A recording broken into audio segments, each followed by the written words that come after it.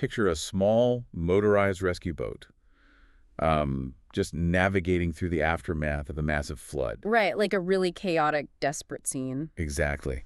And the mandate for the two people driving that boat seems incredibly simple, right? I mean, the moral arithmetic is binary. You see someone in the water, you help them. Yes. You see someone struggling in the freezing floodwaters, you reach your hand over the side and you pull them in.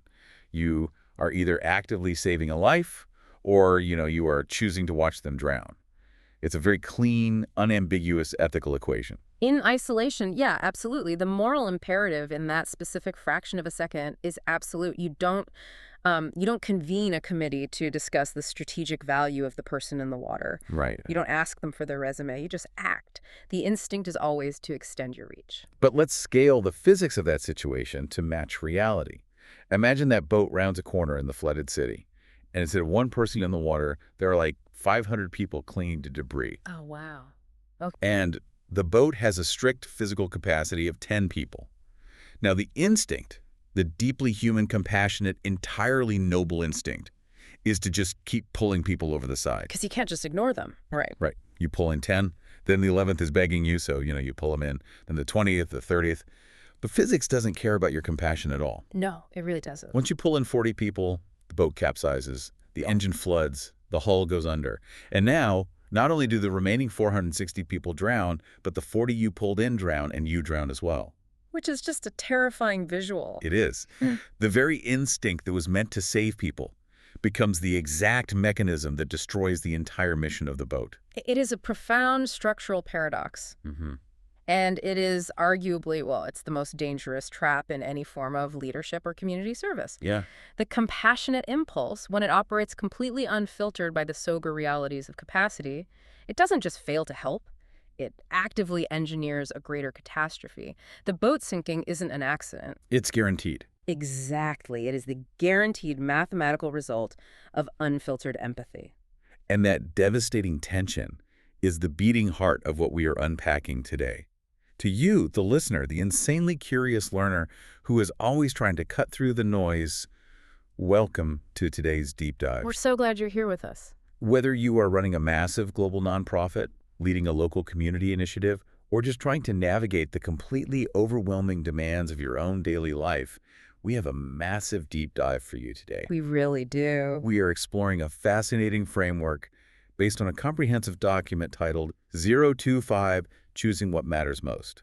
And our mission is to prove to you why the greatest existential threat to whatever mission you're on isn't a lack of funding. Right. Or a lack of talent. Or a lack of good opportunities. The thing that will actually sink your boat is having far too many good opportunities. Which completely challenges our deepest conditioning, Yeah. We are trained from childhood to view opportunities as inherently positive things. Totally. More is always better. Exactly. An open door is treated as a divine green light.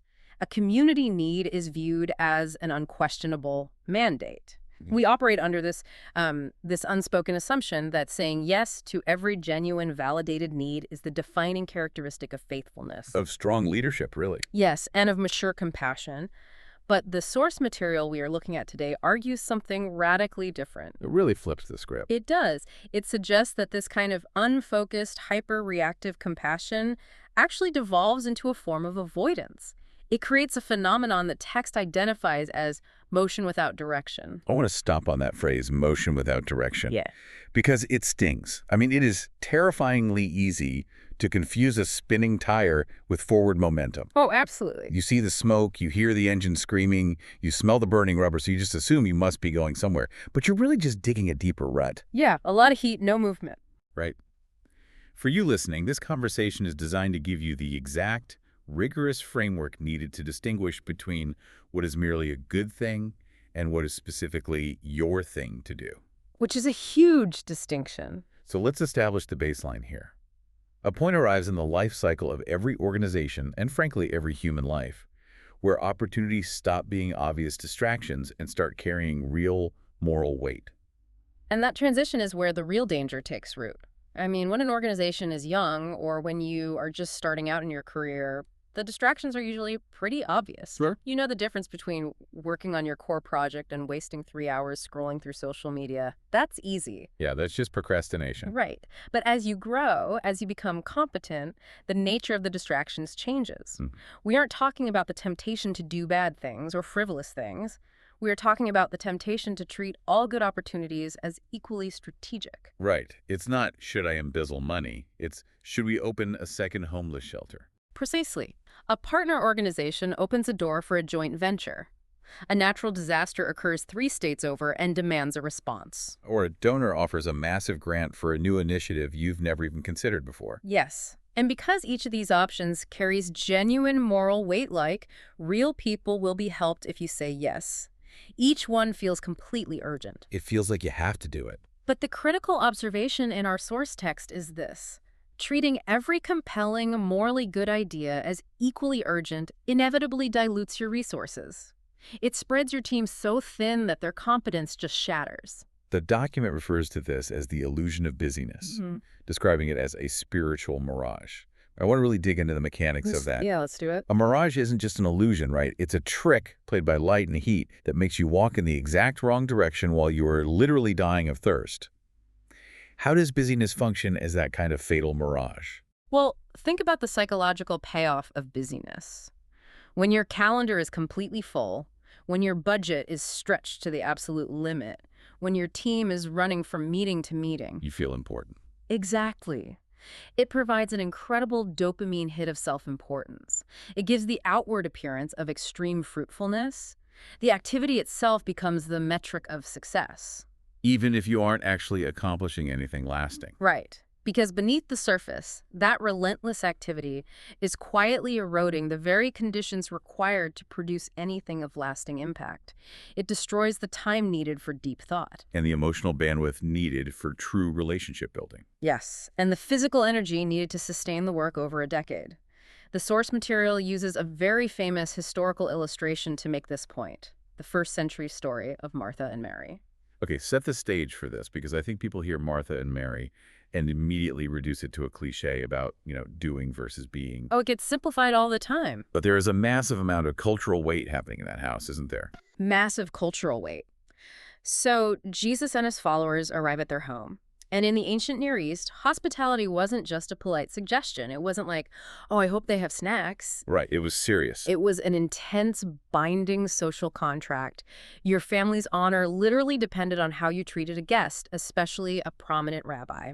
So Martha goes to work. She is managing the food, the washing, the accommodation. The text literally says she is distracted by all the preparation. Yes. And meanwhile, Mary, her sister, just sits on the floor listening to the teaching. Now, the text makes a vital, nuanced point here. Martha was not doing anything wrong. She was just doing what was expected of her. Exactly. In fact, she was fulfilling a deeply ingrained, morally good cultural expectation. Serving guests is an undeniable good. She's meeting a very real, tangible need. Hungry people need to eat. Dirty feet need to be washed. Exactly. But she's entirely distracted from the center. When she complains to Jesus that Mary isn't helping her, his response completely subverts the cultural expectation. What does he say? He tells her, "You are worried and upset about many things, but few things are needed, or indeed only one." The tragedy of Martha wasn't that she chose evil over good. Right. The tragedy was that she allowed the overwhelming volume of good tasks to blind her to the single most important reality in the room. She was serving, but she wasn't serving from a place of prioritized alignment. She let the urgency of the kitchen dictate her calling.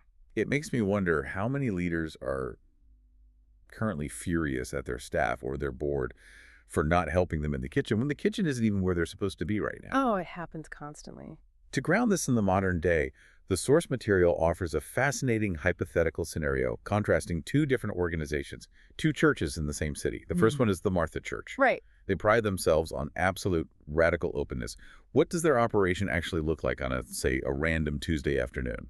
On a Tuesday afternoon, their building is a chaotic hub of disconnected activities. They have fundamentally decided that to say no to a need is a failure of compassion. So they just say yes to everything. Everything.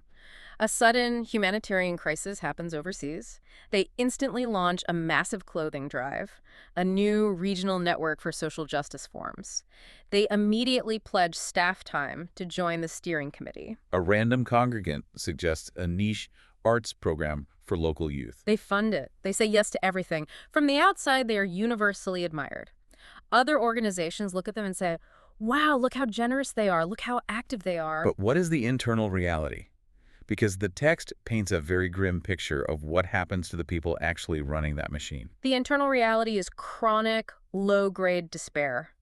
The leaders are fundamentally weary. The volunteer base is stretched paper-thin, which leads to massive turnover and burnout. Because they are trying to be everywhere at once. Right. Because they have 50 different programs, none of them are fully funded or fully staffed. Their organizational structure is incredibly fragile. One bad financial quarter or the loss of 2 key staff members, and the whole house of cards collapses. They're drowning in their own good intentions. Exactly. And then we have the second organization in this hypothetical city. They are looking at the exact same community needs, the exact same humanitarian crises, the exact same cultural pressures. But their response is completely different. The second church is equally compassionate, but they filter that compassion through rigorous discernment. They have spent the time to define their specific mission with agonizing clarity. So they don't just react. No. When a crisis hits, they don't automatically launch a new program. They look around the city and say, who is already doing this well? And they partner with them instead of duplicating the effort. Which makes so much more sense. And more importantly, they actually decline opportunities. They look at perfectly good, noble ideas and they say, no, that is wonderful work, but it is not our work. I struggle with this. I really do. Let me play devil's advocate for a second because I know the listener is feeling the exact same friction right now. Sure, go ahead. Isn't turning away real needs inherently unloving? If I am walking down the street and I see someone who is starving and I have food in my bag, it is monstrous for me to say, sorry, feeding the hungry isn't in my strategic mission statement. Right, I hear you. If you have the capacity to help a suffering person, shouldn't you? Doesn't this whole idea of strategic prioritizing just become a convenient corporate excuse to avoid the messy, exhausting work of true compassion? That is the exact friction the text anticipates, and honestly, it is a totally valid challenge. If prioritizing is just a shield to protect your own comfort, then yes, it is monstrous. Okay. But the source material addresses this with a profound counterargument. Prioritization, when done correctly, is actually the highest, most demanding form of love. How? Explain the mechanism there. How is saying no to a hungry person loving? Because love without priority rapidly becomes diffusion. It is the desire to help everyone, which mathematically guarantees that you will help no one deeply. Let's look at your example. A sandwich. Yeah, the sandwich. If you have one sandwich and you see one starving person, you give it to them. But what if you're an organization with 100 sandwiches and there are 10,000 starving people in your city? Okay, that changes the scale. If your definition of love is never turn anyone away, you will take those 100 sandwiches, cut them into tiny crumb-sized pieces, and give 1 crumb to everyone. Wow. You have technically helped 10,000 people. Your metrics look amazing. You can put on your newsletter that you fed 10,000 people today. But the reality, not a single person received enough caloric energy to actually survive the night. That is a devastating image. You soothe your own conscience while the people you claim to love still starve. Exactly. Mature love, according to the source, understands that compassion must be ordered to be effective.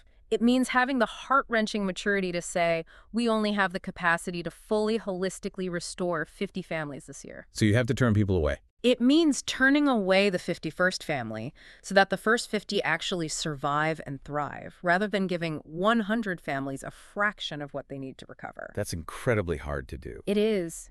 But when you prioritize, you are not loving less. You are loving with greater clarity and actual structural effectiveness. Unordered compassion creates a cycle of hype and collapse. You promise the community the moon. Yes, you promise the moon, you burn out your staff trying to deliver it, the program folds in 6 months, and the community is left more cynical and abandoned than before. Compassion must be ordered to be effective. That completely flips the script. It means the rescue boat captain who refuses to let the 11th person on board isn't a monster. They are the only reason the first 10 people make it to shore. Exactly. But this requires an entirely different operating system for our brains. If unfocused compassion is this beautiful, noble-looking trap, How do we know when we are drifting into it? It usually starts with a quiet shift in decision-making. The text suggests that individuals and organizations usually fall into this trap because they stop making decisions based on true calling and start making them based on preference. And this is where the text demands a major, uncomfortable paradigm shift. It draws a very sharp, unforgiving line between preference and discernment.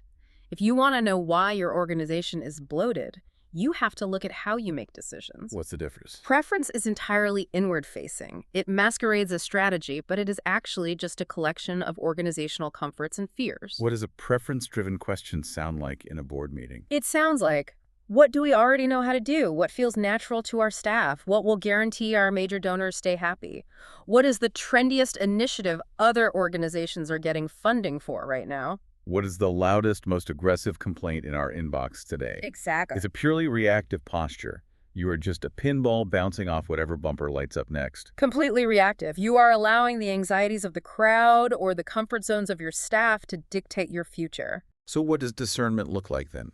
Discernment is God-facing, or if you prefer a secular translation, it is radically objective and mission-facing. It ignores the immediate noise and asks, what is actually consistent with our foundational core values? What has been definitively revealed as our purpose? And crucially, it asks the contextual question, right? Yes. What is appropriate for these specific people in this specific geographic place at this specific moment in history? That distinction explains so much organizational drift. The source points out that this drift happens because leaders let preference dress itself up in deeply spiritual or visionary language. It's so sneaky. It's never pitched as, hey, let's just do what's easy. It's pitched as, look at this incredible open door. For example, an organization might chase a massive new technology initiative just because a wealthy tech donor strongly favors it. Right. And they slap the label of providential opportunity on it when really they were just afraid of losing the funding. That is the definition of imitation, not alignment. You are wearing someone else's armor, and it will eventually crush you.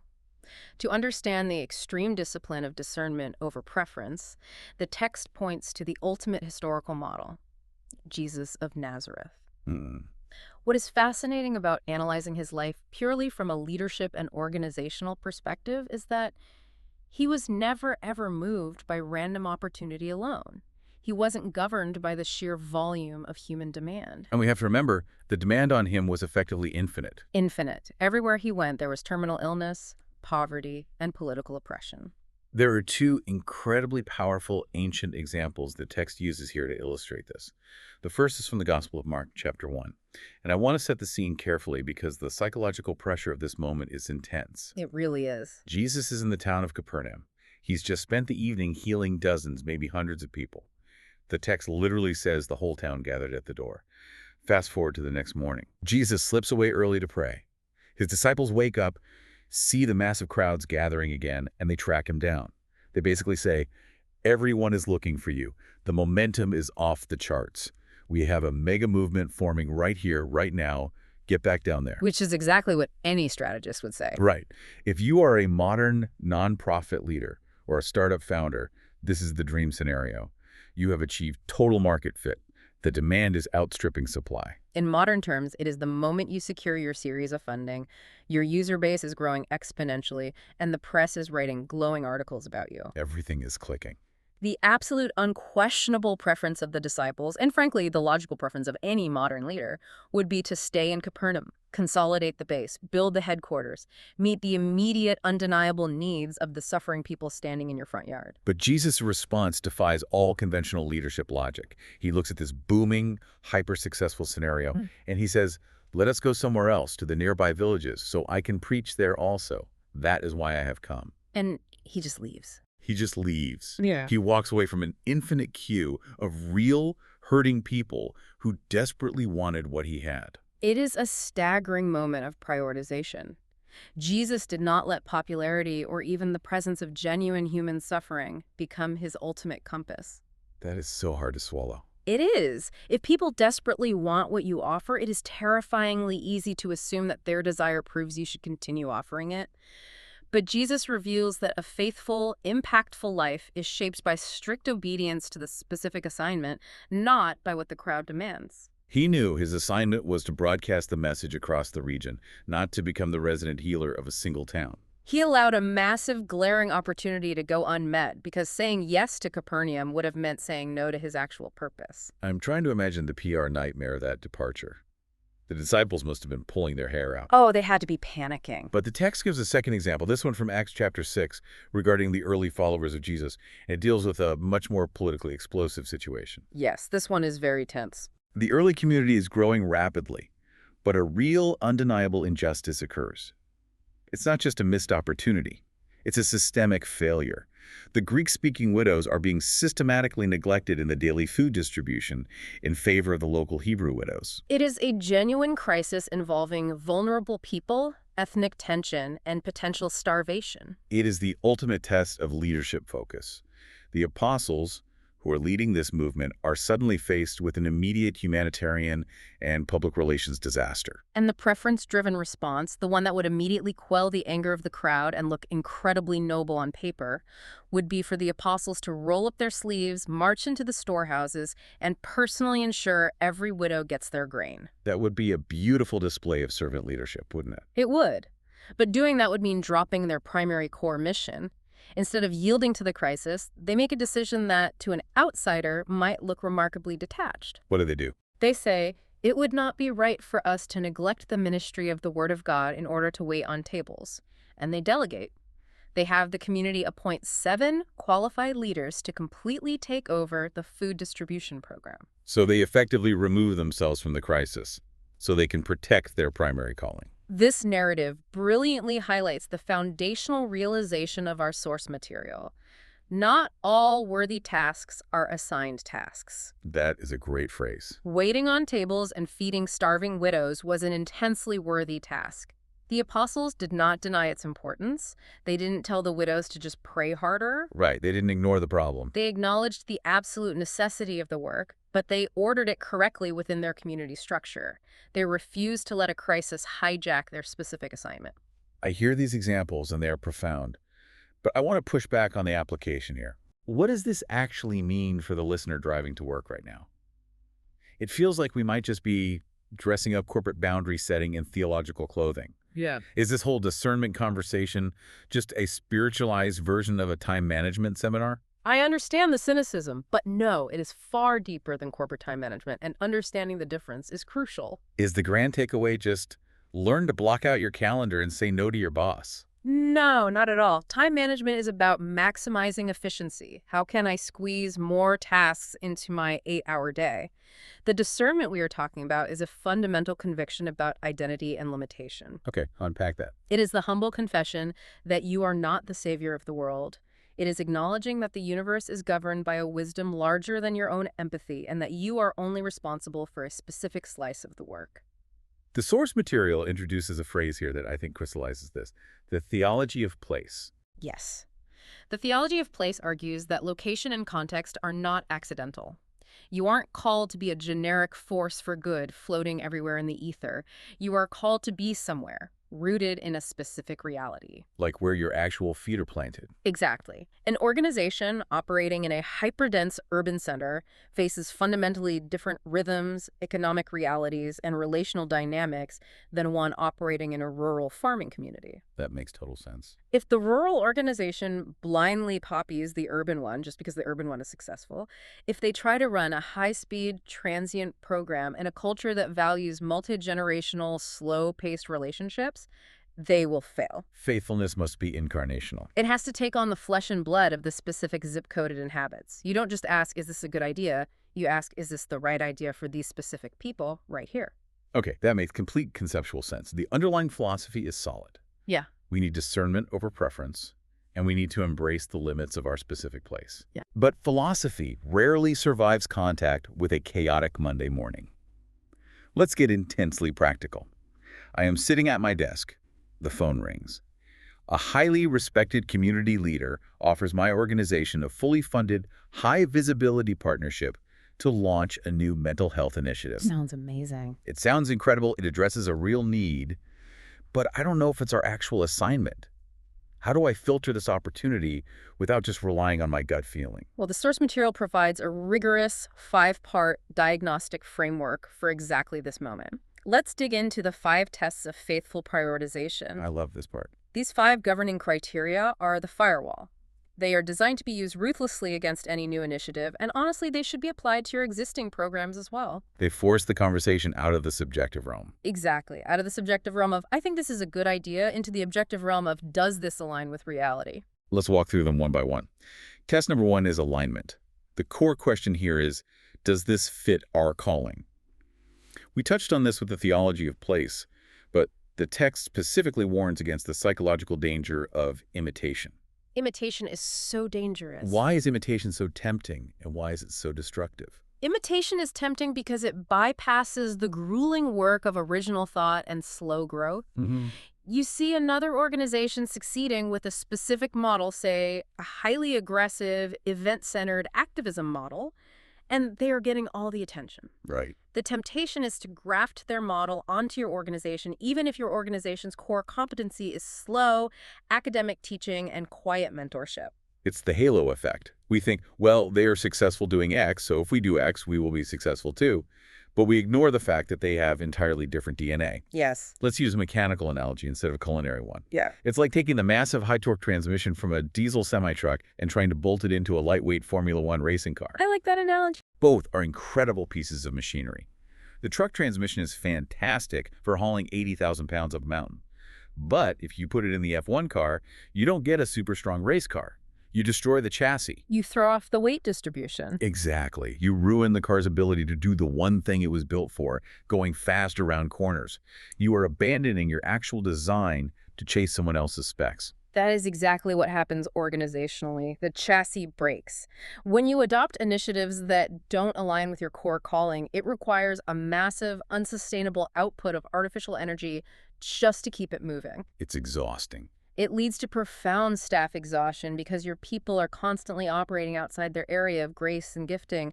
Alignment asks you to look in the mirror and ask, does this initiative grow organically from the root system of who we already are, or are we artificially bolting on someone else's success? Which brings us to test number 2, urgency.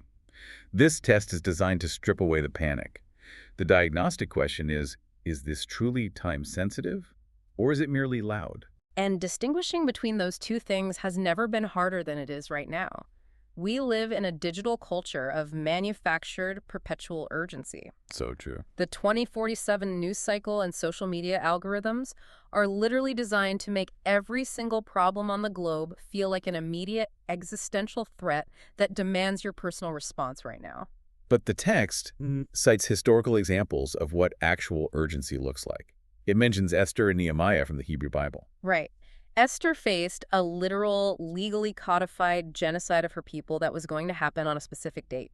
Nehemiah was trying to rebuild a city wall while facing imminent military attack from surrounding factions. That is existential urgency. The window was closing, and if they didn't act immediately, blood would be spilled.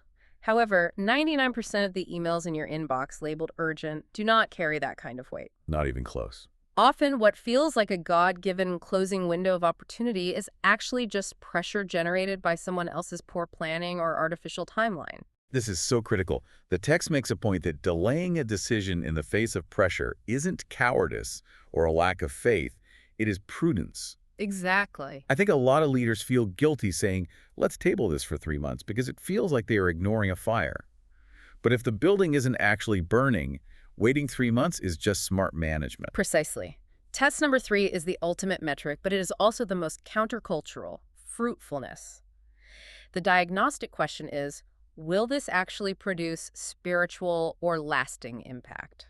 And the text introduces a concept that I think is utterly vital for modern leaders: the lag time of fruit. Oh, this is such a necessary concept. Break that down. What is the difference between a lead indicator and a lag indicator in this context? Well, in the modern organizational world, we are obsessed with lead indicators because they are easy to measure and they give us instant gratification. How many people showed up to the event? How many followers did we gain? How much money was pledged in the campaign? Those metrics tell you about activity. Yes. They tell you that you successfully gathered a crowd or generated excitement. But biblical lasting fruit is a lag indicator. True fruitfulness is about deep transformation, behavioral change, character development, healed marriages, generational poverty broken. And you cannot measure generational poverty being broken in a weekend seminar. Exactly. Transformation is painfully slow. It is the invisible work of a root sister pushing through compacted soil. The text strongly warns against equating high numerical demand with correct strategic direction. A program might be incredibly loud, incredibly popular, and completely barren of actual transformation. True fruitfulness requires you to look at an initiative and ask, is this designed to form durable, healthy humans over the next 5 years, or is it just designed to fill our calendar next week? That is a brutal mirror to look into, which leads directly into test number 4, and this is where I really want to push back. Go for it. The test is feasibility. The question is, can we sustain this well?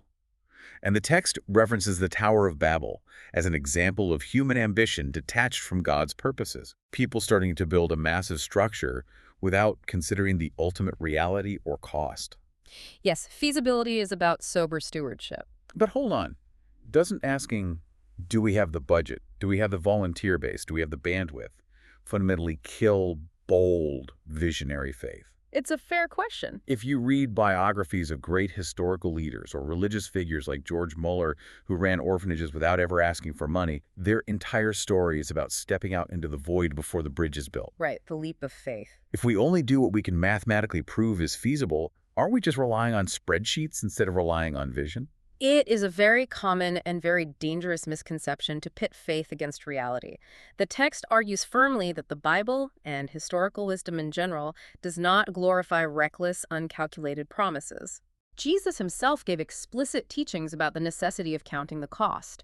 He talked about a builder who must sit down and calculate the cost of the materials before pouring the foundation of a tower, lest he run out of money halfway through and become a laughingstock. So faith isn't an excuse for bad math. He talked about a king who must rationally evaluate the size of his army before marching out to meet a superior force.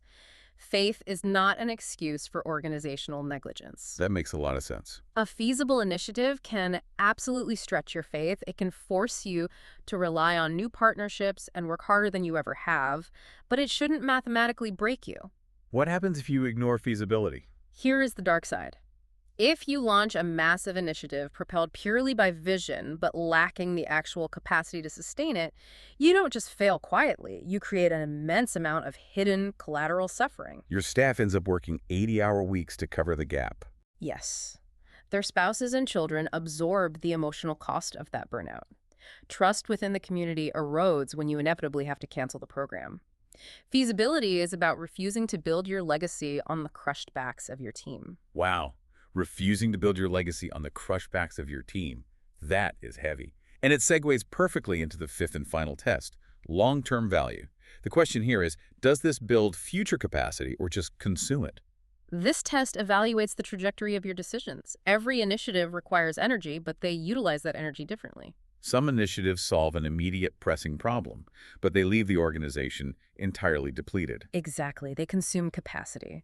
A wise leader doesn't just ask, what is screaming for our attention today? They ask, if we commit to this, what will our structural strength look like 3 years from now? Does this project multiply our capacity? Does it naturally raise up new leaders? Does it force us to build better communication systems? Or is it a black hole that will just absorb money and time and leave us exactly where we started, only more exhausted? Okay, so let's put this into practice. You sit down with your leadership team.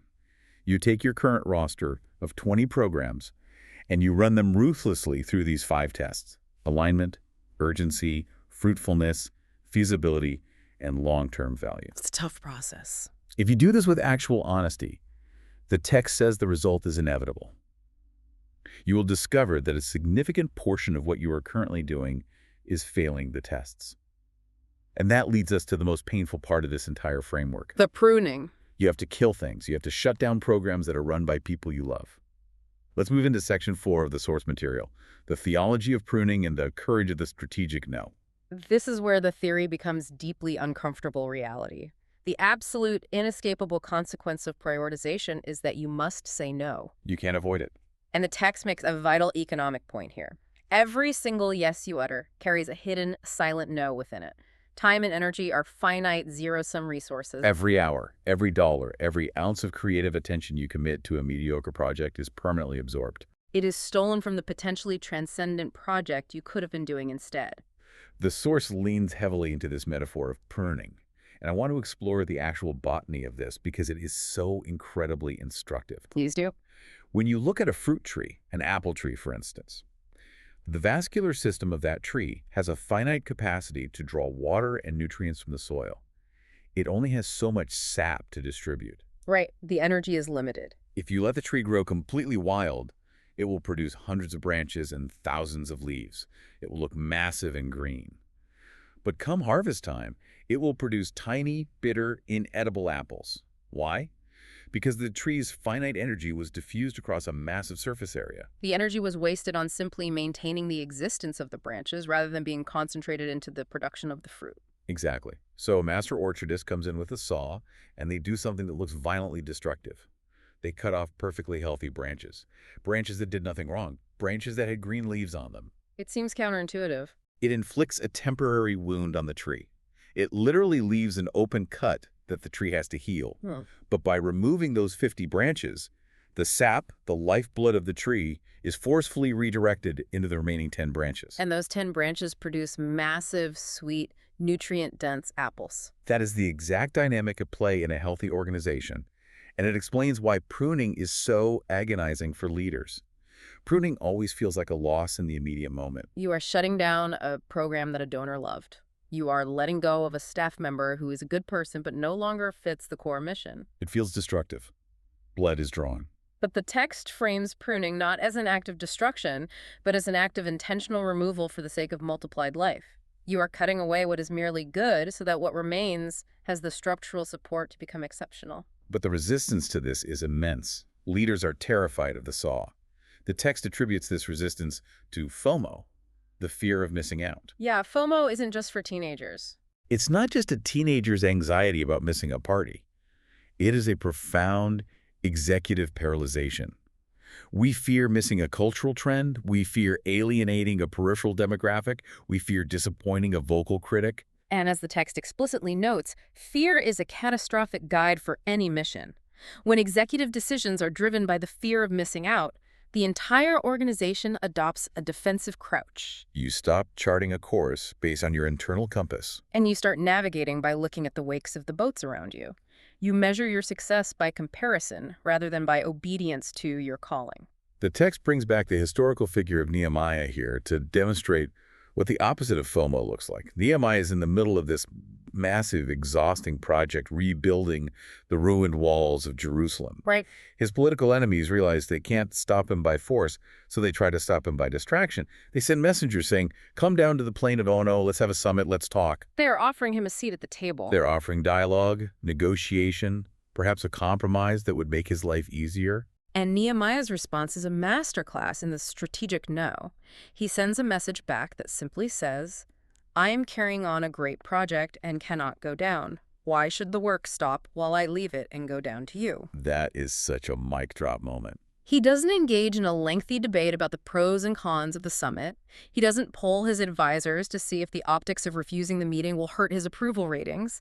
He simply weighs the distraction against the massive gravity of his assignment, and the distraction vaporizes. He has such absolute blinding clarity of purpose that a good opportunity didn't even register as a temptation. Exactly. But there is a twist in this section of the text that I completely didn't expect. Yeah. I can understand saying no as a strategic imperative to protect the budget, but the text argues that saying no at the leadership level is actually a profound form of pastoral care for your people. Yes, it is. I don't get that. How is shutting down programs and telling people we aren't doing that a way of caring for them? Think about the psychological environment of an organization that never says no. Imagine being a volunteer or a mid-level staff member in a culture where every single week a visionary leader stands on stage and announces a new, urgent, world-changing initiative. We need volunteers for the food drive. We need mentors for the youth program. We need capital for the building fund. Exactly. When everything is pitched as an absolute priority, the culture quietly, insidiously begins to weaponize guilt. The unspoken message to the people becomes, if you aren't participating in all of these things, you aren't truly devoted. You aren't truly committed to the mission. You are constantly making them feel like they are failing, because no single human can keep up with that level of output. Precisely. You confuse chronic exhaustion with spiritual devotion. But when a mature leadership team exercises the discipline of pruning, when they stand up and say, we see this massive need, but we are choosing not to engage it so we can focus on our core work, They do something incredibly liberating. They give their people permission to breathe. They model the reality that you don't have to be omnipresent to be faithful. They honor the physical and emotional limits of their congregation or their staff. By saying no to the machine, you're saying yes to the humanity of your people. You teach them that rest is not a sin, and that focused, limited engagement is deeply honorable. Yes. By absorbing the pain of pruning at the executive level, you shield your people from the crushing weight of infinite expectations. Okay, we have covered immense ground here.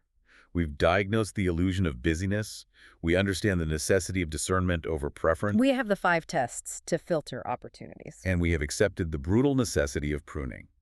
But insight is incredibly cheap if it doesn't change your calendar. How do we rebuild our system so that we don't just slowly accumulate a new pile of distractions over the next 6 months? That's the real test. The final section of our source material, Section 5, moves us from philosophy to a highly practical, surprisingly confronting action plan. Let's unpack the mechanics of execution. This is the crucible. If you don't change your metrics and your daily habits, the cultural gravity of your organization will just pull you right back into bloated busyness. What's the first step? The text introduces a critical operational concept here. Measurement without reduction. I like that phrasing because anyone who works in human services or ministry or education always balks at corporate metrics. You can't reduce the healing of a human soul to a line graph on a quarterly report. It feels gross. It does feel gross, and it is often inaccurate. However, the text counters that reality with an equally true principle. What is not measured is almost entirely ignored, or it is mystified into meaninglessness. If you don't measure anything, you can convince yourself you are succeeding while you are actually failing. The solution the text proposes is radical simplicity. It advises organizations to set exactly one measurable goal per priority area. Just one. Not a dashboard of 50 metrics. One. Because the moment you introduce multiple competing goals, you immediately dilute the attention of your team. The text gives some brilliant examples of how to shift these metrics to measure lag indicators, the actual fruit, rather than lead indicators. Yes, this is crucial. For example, instead of measuring how many people attended our weekend event, which is just a measure of your marketing effectiveness, you measure how many people are actively engaged in a long-term discipleship or mentorship relationship. Instead of measuring how many people volunteered for an hour, you measure how many individuals are being actively trained and formed to take over leadership roles next year. It changes the entire operational focus. If your metric is crowd size, you will spend all your money on lights, marketing, and entertainment. If your metric is leader formation, you will spend your money on intimate training environments, curriculum, and one-on-one coaching. The metric dictates the behavior.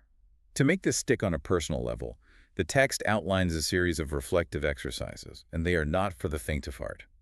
The first is the 30-day prioritization journal. This is an exercise in ruthless, daily self-awareness. At the end of every single day for a month, you sit down and ask yourself a set of specific questions. Like what? Did my actual choices today reflect our stated organizational priorities? Did I protect my most productive hours for my most important work? Or did I let the inbox dictate my schedule? Where did I say yes too quickly today just to avoid an awkward conversation? The power of that isn't in a single day's answer. It's the data set you build.